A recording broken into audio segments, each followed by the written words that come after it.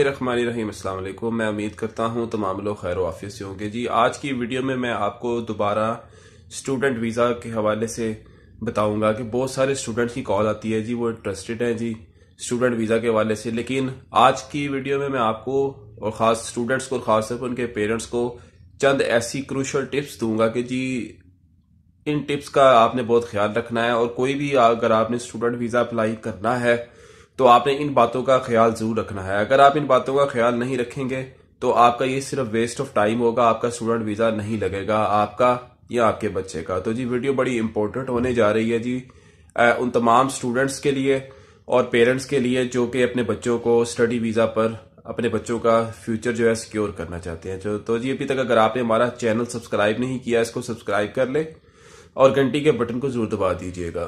सबसे पहला तो काम आपने ये करना है कि स्टूडेंट्स ने या और स्टूडेंट्स के पेरेंट्स ने जो है एक कंट्री सेलेक्ट करना है कि आया आप किस कंट्री में जाना चाहते हैं। तो ये आपकी सबसे पहले चॉइस ये आपकी अपनी जाती होनी चाहिए। तो जो अच्छे कंट्रीज हैं स्टूडेंट वीज़ा के हवाले से, जो कि स्टूडेंट्स को फैसिलिटीज ज़्यादा देते हैं और अच्छी देते हैं वो उनमें यूके है, यूएसए है, ऑस्ट्रेलिया है, न्यूजीलैंड है, स्कैंडिनेवियन कंट्रीज है और यूरोपियन यूनियन के जो कंट्रीज हैं, ममालिक हैं और जो शेंजन कंट्रीज हैं उनमें भी स्टूडेंट्स को अच्छी फैसिलिटीज मिलती हैं। जो इसके अलावा जो दूसरे कंट्रीज हैं जो कि नॉन ईयू कंट्रीज हैं उनमें कोई इतनी अच्छी फैसिलिटीज नहीं होती। और इसी तरह दूसरे एशियन कंट्रीज होते हैं उनमें भी स्टूडेंट्स को इतनी ज़्यादा फैसिलिटीज नहीं दी जाती। तो जो ये अमेरिका, कनाडा, ऑस्ट्रेलिया, यूएसए और ख़ासतौर पर स्कैंडिनेवियन कंट्रीज जो हैं जहाँ पर फ्री एजुकेशन है, ये कंट्रीज जो हैं बड़े अच्छे होते हैं। तो इन ममालिक का ज़्यादातर इंतखाब करना चाहिए क्योंकि यहाँ पर जब आप एक दफ़ा चले जाएं तो आपको स्टडी कंप्लीट करने के बाद सेटलमेंट के मौके भी मिल सकते हैं और आप वाइल स्टडिंग जो है आप पार्ट टाइम काम भी कर सकते हैं। और जब आपका कॉलेज ऑफ हो, यूनिवर्सिटी जो है बंद हो, तो आप फुल टाइम भी काम कर सकते हैं।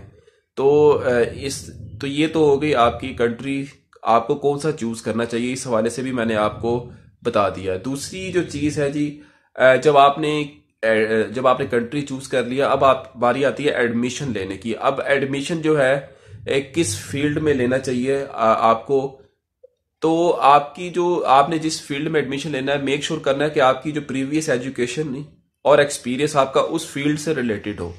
अगर आप मिसाल के तौर पर अगर बिजनेस स्टडीज आपने माजी में की है तो आपकी कोशिश होनी चाहिए कि आप बिजनेस या इस बिजनेस से रिलेटेड जो है कोई डिग्री में कोई दाखिला लें। अगर आप अपनी फील्ड को चूज नहीं करते, लेट्स से फॉर एग्जांपल अगर आपने लॉ किया है और आप लॉ से आप एकदम बिजनेस में जंप कर देते हैं तो ये एक अच्छी बात नहीं है। इससे आपका वीजा रिफ्यूज होने के चांसेस बहुत ज्यादा हो जाएंगे क्योंकि माजी में वीजा रिफ्यूज हुए हैं ऐसे। तो जो फील्ड जो आपने चूज करनी है वो रेलिवेंट होनी चाहिए। दूसरी बात यह है कि जी आप अगर स्टूडेंट वीजा पर जाना चाहते हैं तो आपका जो है स्टडी में गैप ज्यादा नहीं होना चाहिए, एक कंटिन्यूटी होनी चाहिए। जिस तरह आपने मैट्रिक किया, एफए किया, बीए किया और उसके बाद जो है आप मजीद स्टडी कर रहे हैं, या अगर आप एफए या बीए के बाद स्टडी नहीं कर रहे तो 2 से 3 साल का अगर गैप भी है या 4 से 5 साल तक का भी, अगर मैक्सिमम 4 साल तक का भी अगर आपने स्टडी छोड़ दी आज से 4 साल पहले, तो ये इतना गैप जो है समझ आता है। आप दाखिला जो है किसी भी फॉरेन कॉलेज में या यूनिवर्सिटी में एडमिशन ले सकते हैं, यूनिवर्सिटीज और कॉलेजेस आपको कंसीडर कर लेंगे। लेकिन अगर आपका गैप 4 साल या 5 साल या 5 साल से ज्यादा बढ़ जाता है तो फिर आपके लिए एडमिशन लेना मुश्किल हो जाएगा। अगर किसी तरीके से आपको एडमिशन मिल भी जाता है इतने गैप के साथ तो चांसेस ज्यादा ये है कि आपका वीजा रिफ्यूज हो जाएगा, एम्बेसी आपका वीजा रिफ्यूज कर देगी। तो एक तो कोशिश करें कि गैप आपका ज्यादा ना हो, और अगर मिसाल के तौर पर अगर आपका 4 से 5 साल का गैप अगर है भी तो आप इसको कवर करने की कोशिश करें। वो कवर आप कैसे कर सकते हैं, वो जो 4 से 5 साल का गैप है आप उसमें कोई जॉब का प्रीवियस एक्सपीरियंस शो कर दें जो आपकी एजुकेशनल फील्ड से रिलेटेड हो, या आप कोई प्राइवेट डिप्लोमा कोई कर लें, या कुछ इस तरह के कुछ गैप कवर करने के लिए आप क्वालिफिकेशन भी ऑब्टेन कर सकते हैं प्राइवेटली, तो वो आप हासिल कर लें। तो इससे आपका जो है ना 4 से 5 साल का गैप जो है वो कवर हो जाएगा। लेकिन अगर आपका गैप इससे भी ज्यादा है और आप 7 साल का है, 8 साल का या 10 साल का है, और अगर आप इस गैप को कवर भी कर लेंगे जिस तरह प्रीवियस जॉब एक्सपीरियंस है या प्रीवियस एजुकेशन से, तो वो मैं समझता हूँ फिर भी आपका वीजा लगने के चांसेस जो है बहुत कम हो जाएंगे। तो 4 से 5 साल का गैप जो है वो आइडियल है और वो उसको आप कवर भी कर सकते हैं। जब आप एडमिशन अप्लाई करते हैं किसी भी कॉलेज या यूनिवर्सिटी पे, तो उस पे देखना होता है एडमिशन जो है वो 2 किस्म के होते हैं। एक होता है कंडीशनल एडमिशन लेटर और दूसरा होता है अनकंडीशनल लेटर। अब आपको मेक श्योर आपने ये करना है कि आपको अनकंडीशनल ऑफर लेटर जो है कोई कॉलेज या यूनिवर्सिटी ऑफर करे, क्योंकि उसमें ये होता है कि अनकंडीशनल में ये होता है कि आप पर कोई कंडीशन नहीं लगी हुई, आपको जो है आप आएंगे और डायरेक्ट ही आप स्टडी कंटिन्यू स्टार्ट कर देंगे उस कॉलेज में या यूनिवर्सिटी में जाकर। अगर तो आपके पास कंडीशनल लेटर है तो वो डिपेंड करता है कि आप पर कंडीशन क्या लगी है।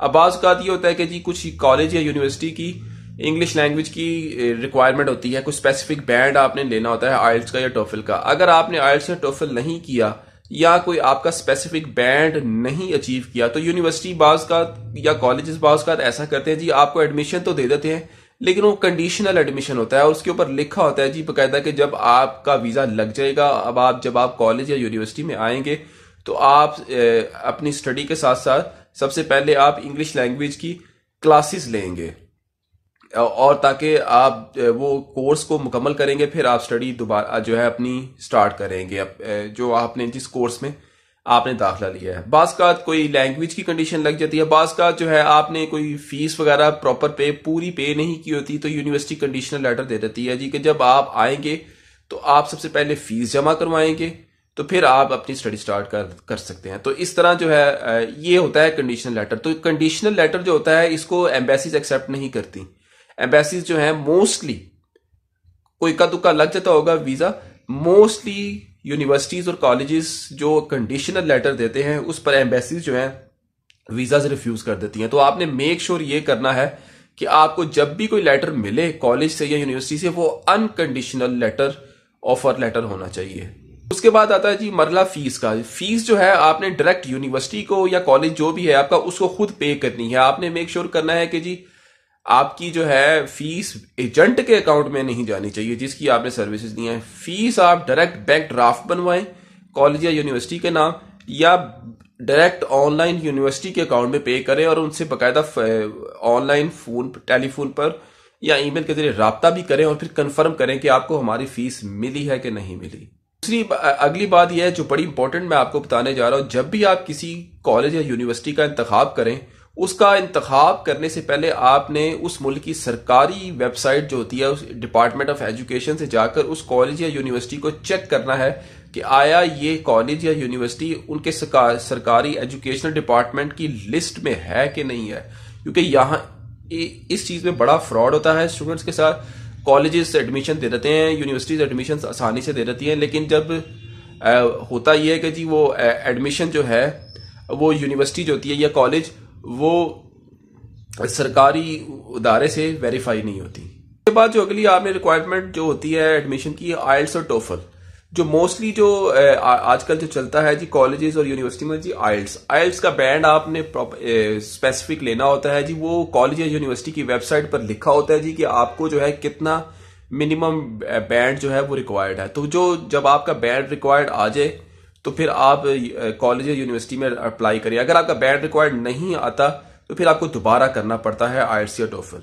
मोस्टली जो एडमिशन जो होते हैं उनकी जो डेट होती है सितंबर में इनटेक्स होती है, ज्यादातर जो होती है सितंबर में इनटेक्स होती है। उसके बाद जो है जनवरी में भी इनटेक्स होती हैं, इसके अलावा मार्च में भी होती हैं, लेकिन जो मेन इनटेक है वो सितंबर में होती है। तो इससे तो आपने मेक श्योर ये करना है कि जी सितंबर से पहले आप अपने तमाम डॉक्यूमेंट्स पूरे कर लें ताकि आप जो है आसानी से अप्लाई करें। इसके अलावा जो स्कैंडिनेवियन कंट्रीज जो हैं, नॉर्वे, स्वीडन, डेनमार्क, यहाँ पर फ्री एजुकेशन होती है।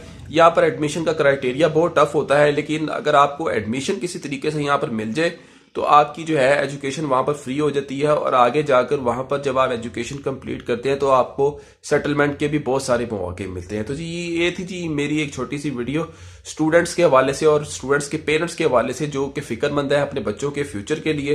तो ये ममालिक जो है मैंने कुछ बताए हैं, इनको आप कंसीडर कर सकते हैं और यहाँ पर आप स्टूडेंट वीजा अप्लाई करें। तो ये जो कुछ चीजें मैंने बताई हैं इनका भी आपने ध्यान रखना है। तो वीडियो कैसी लगी हमें कमेंट सेक्शन में जरूर बताइएगा। अब तक के लिए इतना ही, बहुत शुक्रिया। अल्लाह हाफिज।